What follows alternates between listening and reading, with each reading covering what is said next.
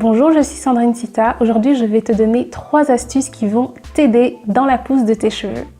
Nous avons remarqué que la pousse des cheveux était un objectif premier, ce que la plupart d'entre nous recherchent. Voici 3 étapes, 3 astuces qui vont t'aider pour faire croître tes cheveux, mais surtout qui vont t'aider à ralentir la casse. Alors, lorsqu'on a des objectifs de croissance, la première étape, c'est d'abord de connaître son cheveu. Il faut savoir ce dont notre cheveu a besoin afin de le nourrir correctement. On ne va pas nourrir notre cheveu n'importe comment, on va vraiment lui donner ce dont il a exactement besoin afin qu'il puisse mieux pousser et afin de pouvoir constater une longueur qui reste stable dans la durée. L'une des choses qu'il faut absolument connaître, c'est la forme et la structure du cheveu afro, bouclé, crépus, frisé. La forme en spirale du cheveu afro ne lui permet pas de retenir au maximum le film protecteur hydrolipidique qu'on appelle le sébum. Le sébum n'arrivant donc pas à s'écouler jusqu'aux pointes en raison donc de la forme, que nous allons nous retrouver avec des cheveux secs et cassants par la suite. Il va donc falloir régulièrement combler ce manque en hydratation en allant chercher dans des produits sains, des agents hydratants, mais également en s'hydratant soi-même en buvant régulièrement de l'eau. Voici donc un exemple d'un des besoins primordiaux du cheveu afro-bouclé, crépus, frisé.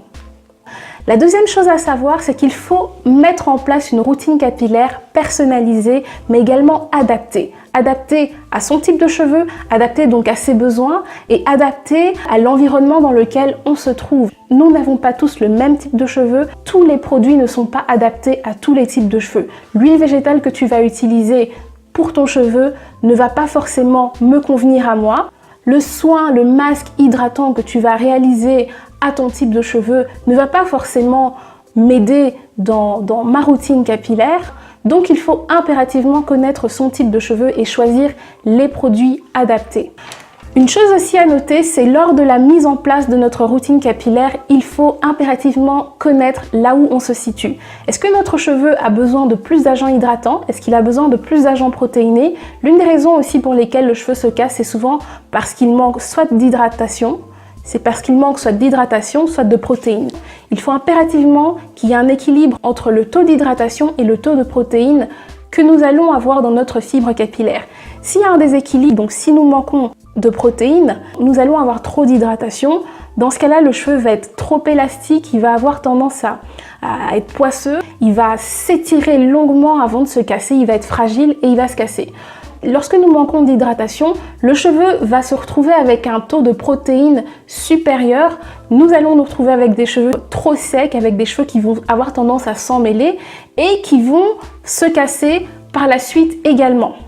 Alors ça y est, on a mis en place notre routine capillaire, on est content. Encore faut-il maintenir cette routine capillaire. Ça, c'est la 3e astuce. Maintenir la routine capillaire par des gestes à favoriser, mais surtout par des gestes à éviter. La première agression, ça va être toutes les agressions physiques. Les tractions vont rentrer en compte dans les agressions physiques. Donc, le port de rajouts trop lourds vont avoir tendance à venir tirer la fibre capillaire, à venir agresser le cuir chevelu. Il va falloir bannir l'utilisation de défrisants en outrance, les colorations, les décolorations. En dernier lieu, pour toi qui as un objectif de croissance, il faut que tu saches, il faut que tu retiennes donc 3 choses. Première des choses, connaître son cheveu, connaître ses besoins. Deuxième chose, mettre en place une routine capillaire adaptée, personnalisée. Et en dernier lieu, maintenir la routine capillaire par des gestes à favoriser, mais surtout par des gestes à éviter absolument. Il faut également que tu saches que chaque cheveu est particulier, chaque cheveu est beau, chaque cheveu pousse à son rythme, mais il faut vraiment laisser du temps à ton cheveu. Il faut le laisser s'adapter à la routine capillaire que tu vas mettre en place. Il faut le laisser respirer, il faut le laisser grandir et il faut observer comment il réagit. Donc une fois que tu vas utiliser, je ne sais pas, une crème hydratante, une fois que tu vas utiliser une nouvelle huile végétale, il va falloir observer, ressentir comment est-ce que ton cheveu répond à ce que tu lui apportes. Il faut que tu le connaisses mieux, il faut juste que tu lui apportes ce dont il a réellement besoin et arrêter de lui apporter des choses dont il a absolument pas besoin. le fait de lui apporter énormément de choses aussi va donc étouffer ton cheveu et ça c'est une chose aussi qu'il faut éviter à tout jamais. J'espère que tu as appris quelque chose aujourd'hui. Commente cette vidéo si tu as appris quelque chose. Et si tu veux aller plus loin dans ta routine capillaire, on se retrouve le 25 novembre à Bruxelles pour un workshop 100% capillaire durant lequel nous allons également t'aider à mettre en place une routine capillaire adaptée, personnalisée. Nous allons également t'enseigner sur la santé capillaire, sur les particularités du cheveu afro, bouclé, crépus, frisé. À très bientôt!